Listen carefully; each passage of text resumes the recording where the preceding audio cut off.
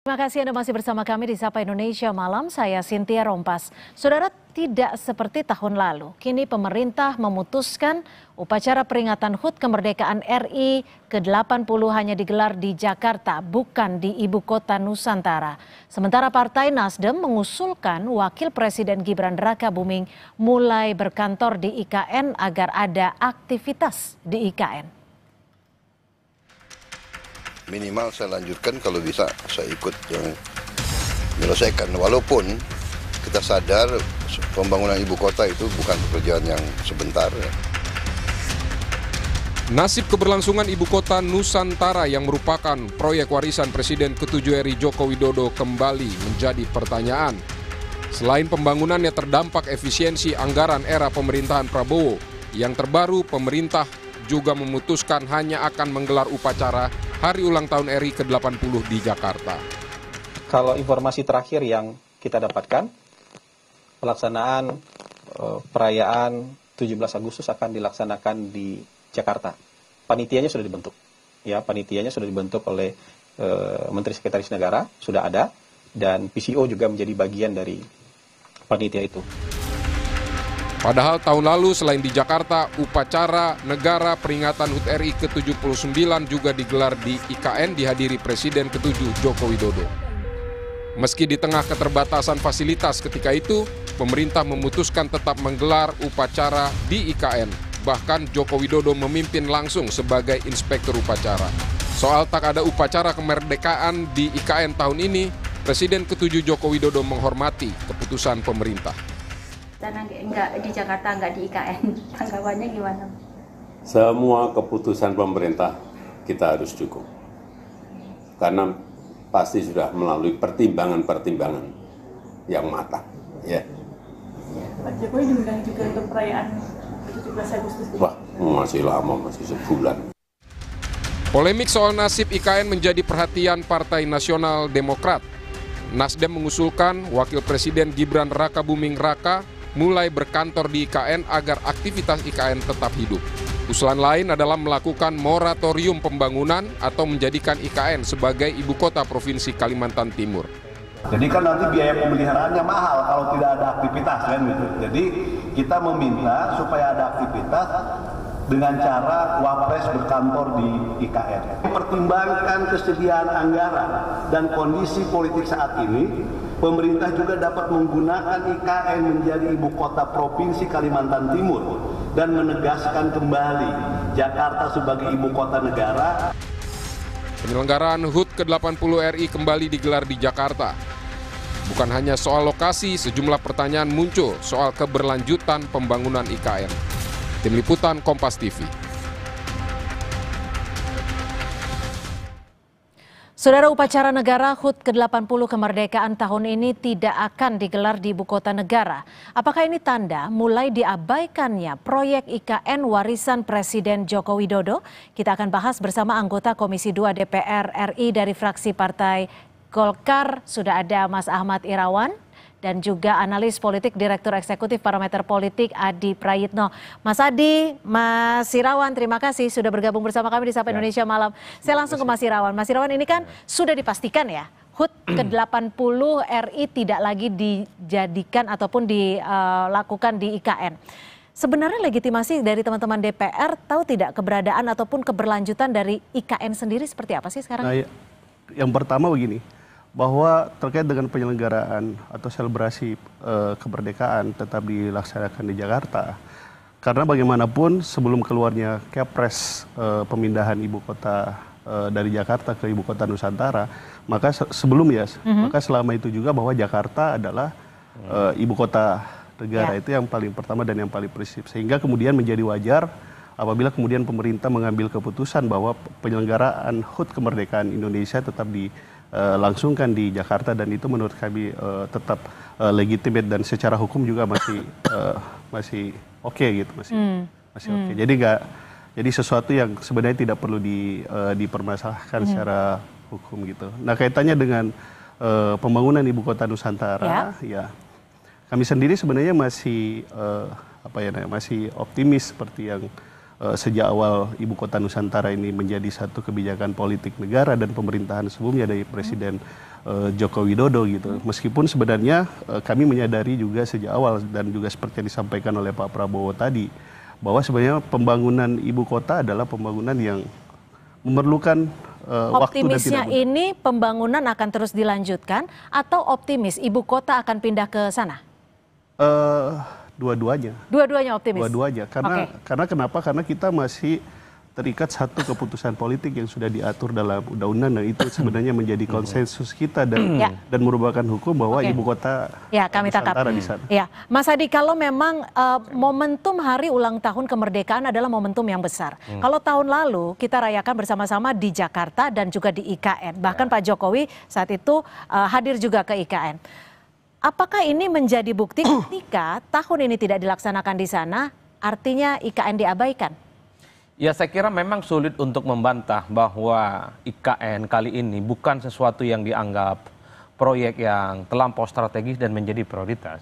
Biasanya kalau sesuatu yang prioritas itu gaspol. Jangankan IKN, Ibu Kota Nusantara yang baru, aspal jalan saja untuk kepentingan upacara tertentu bisa semalam ataupun 2 malam. Itu artinya, sepertinya memang pemerintah hari ini itu sedang melakukan penyesuaian-penyesuaian. Kenapa IKN dianggap tidak terlampau signifikan dan prioritas? Karena pada saat yang bersamaan ada proyek-proyek pemerintah yang dinilai sangat down to earth, menyentuh langsung kebutuhan masyarakat.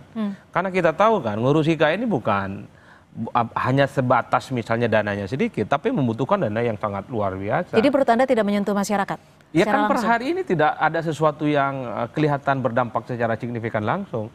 Sementara pemerintah hari ini ingin kelihatan bahwa berpihak kepada rakyat, ada sekolah rakyat, makan bergizi gratis, kesehatan gratis, kemudian soal macam-macam. Itu yang jauh lebih dianggap penting ketimbang memprioritaskan IKN.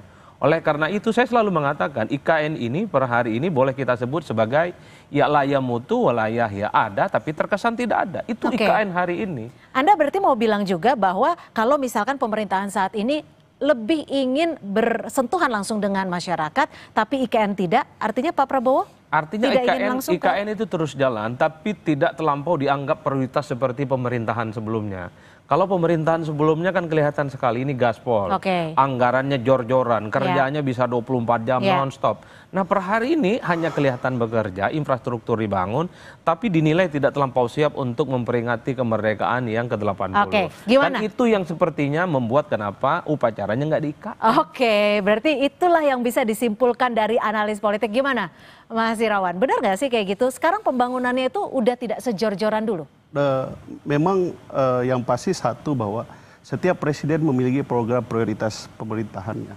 Dan itu juga telah diuji melalui pemilu gitu. Dan kami juga kami fraksi Partai Golkar sangat mendukung seperti tadi yang disebutkan program makanan bergizi gratis, sekolah rakyat dan lain-lain sebagainya yang memang program-program kerakyatan yang juga jadi visi besar pemerintahan ini gitu. Tetapi kemudian kalau kaitannya dengan komitmen presiden sendiri, itu kalau kami lihat dari sisi politik anggarannya, itu kita tidak perlu meragukan juga karena selama sejak Presiden Prabowo menjabat dan dilantik juga dengan dibentuknya otoritas Ibu Kota Nusantara, Presiden dengan politik anggarannya juga masih tetap mendukung itu. Berarti dari anggaran tidak ada masalah? Tidak ada masalah. Dari sisi Presiden Prabowo ya? Tidak ada masalah. Kalau usulan soal moratorium gimana teman-teman DPR melihatnya? Saya sambung sedikit, karena memang penganggaran itu kan satu skala prioritas, yang kedua adalah menyesuaikan dengan kemampuan anggaran kita. Nah, kaitannya dengan moratorium ini, saya ingin mengatakan bahwa moratorium tidak pernah diatur dan tidak ada diatur dalam Undang-Undang Ibu Kota Nusantara. Gitu. Nah, kalaupun kemudian kita ingin menyesuaikan dengan kemampuan fiskal kita, maka yang harus kita rubah adalah terkait dengan rencana induk IKN kita yang dimana termasuk Undang-Undang Ibu Kota Nusantara.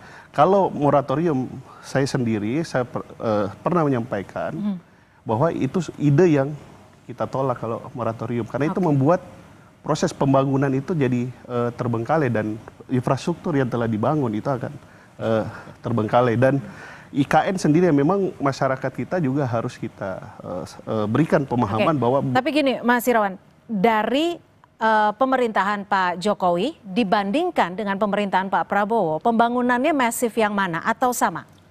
Kalau saya lihat... Masif yang mana? Sama atau masifan yang mana? Memang begini, kelihatan pada saat Pak Jokowi itu kelihatan masif karena itu masih dalam tahapan persiapan.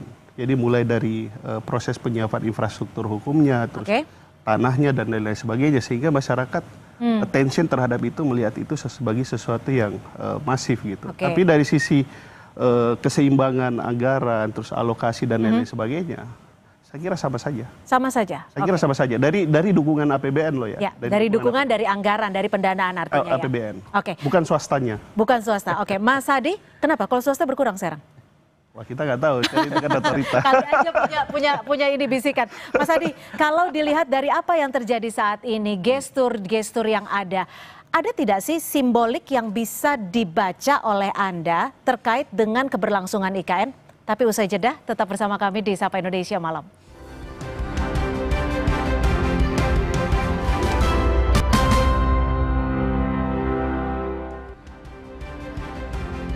Terima kasih Anda masih bersama kami dan kita masih bersama Mas Ahmad Irawan dari anggota Komisi 2 DPR RI dan juga Mas Hadi Prayitno. Mas Hadi, kalau tadi ada pertanyaan gantung saya nih, apa yang bisa dibaca dari implikasi simboliknya ketika saat ini situasi yang terjadi, gestur-gestur yang ada terhadap keberlangsungan IKN? Jadi kalau mau jujur sebenarnya secara gestur politik sangat kelihatan sekali bahwa pada tak mau tuh pindah ke IKN sebagai pada pusat. Pada tak mau. Kita cek hari ini. Jarang sekali kita melihat menteri berkunjung. Minimal untuk melihat bagaimana progres persiapan itu IKN sebagai ibu kota negara. Kawan-kawan DPR sekalipun satu persatu kita lihat nggak ada ke situ. Padahal ini kan domain mereka untuk mendeteksi bagaimana IKN ini yang sudah menghabiskan dana yang cukup banyak, triliunan. Bagaimana kesiapan mereka untuk menyongsong sebagai ibu kota Nusantara yang baru. Nah rumitnya pada saat yang bersamaan, saya memahami pada akhirnya jika ada anggota dewan yang mengatakan ini soal pentingnya, kalau memang dianggap tak perlu IKN ada moratorium. Ini juga adalah gestur yang disampaikan, IKN kayaknya nggak penting-penting amat bagi mereka. Jadi udah ada ininya ya, QQ-nya ya, istilahnya gesturnya. Secara gestur. Padahal kalau kita tahu, kalau ada proyek strategis, tempat yang strategis, ada magnetnya. Entah itu menteri, entah itu anggota dewan, ataupun pejabat-pejabat yang ada di Jakarta. Saya kira mereka akan hilir mudik, akan melihat bagaimana progres. Jadi Anda mau mengatakan dari teman-teman di DPR, tidak ada bentuk keinginan secara murni untuk pindah untuk lebih lanjut, dan dari teman-teman pemerintahannya juga? Kan kelihatan sekali per hari ini.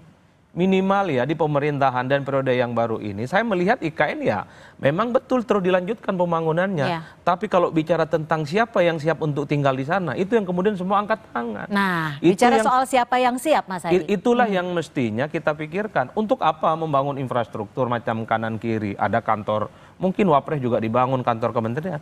Kalau per hari ini para menteri-menteri terkait nggak mau pindah ke sana. Per hari ini sebenarnya kalau mau jujur dalam banyak hal kan sudah hampir 85% katanya sesuai pernyataan dari otorita IKN udah siap. Problemnya kapan mau pindah ke sana? Itu yang kemudian menurut saya nggak match. Satu sisi ada desakan supaya IKN ini tidak mubazir. Kan kita bisa bayangkan biaya perawatannya setiap tahun 300 miliar.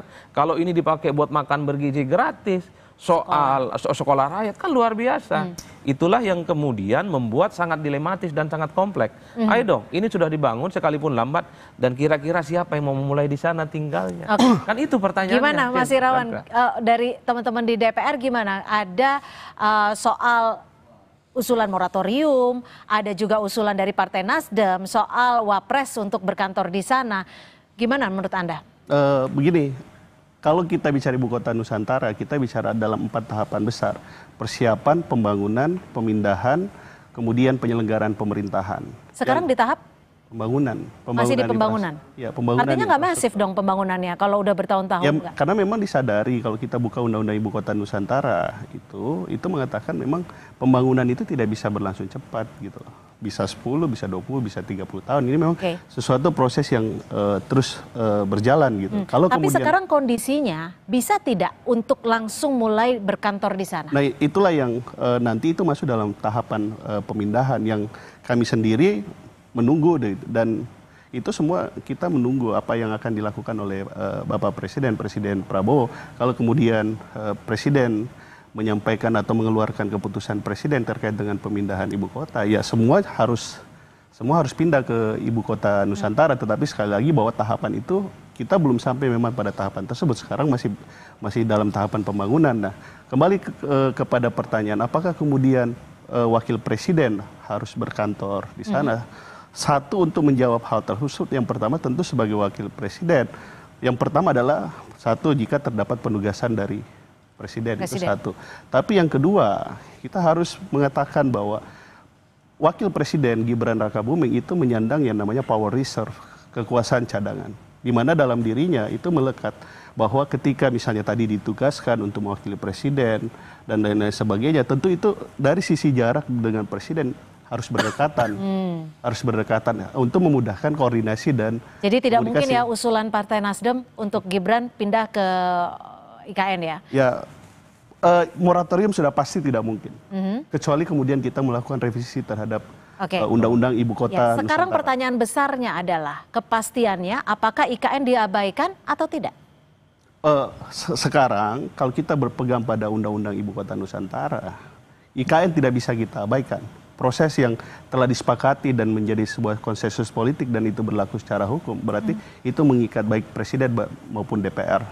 Yang sekarang tinggal kita nanti adalah kaitannya dengan apa yang kemudian yang akan dilakukan oleh Otorita Ibu Kota Nusantara kaitannya dengan rencana induk tadi gitu. Nah, per tadi kami dalam rapat paripurna sebagaimana disampaikan oleh pimpinan DPR dalam paripurna tersebut bahwa Otorita Ibu Kota Nusantara ingin melakukan konsultasi. Nah, kalau kemudian melakukan konsultasi sesuai dengan apa yang tertuang dalam Undang-Undang Otorita Ibu Kota Nusantara, kemungkinan akan terjadi terkait dengan dua hal. Yang pertama adalah rencana kaitannya tahapan pembangunannya.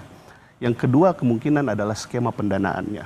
Karena untuk dua hal tersebut yang harus dikonsultasikan. Skema pendanaannya berapa sekarang? Kalau yang sekarang, wewenang kami kan adalah APBN. APBN. Pagu indikatif sekitar 6 triliun, terus untuk tahun depan sekitar 16 triliun.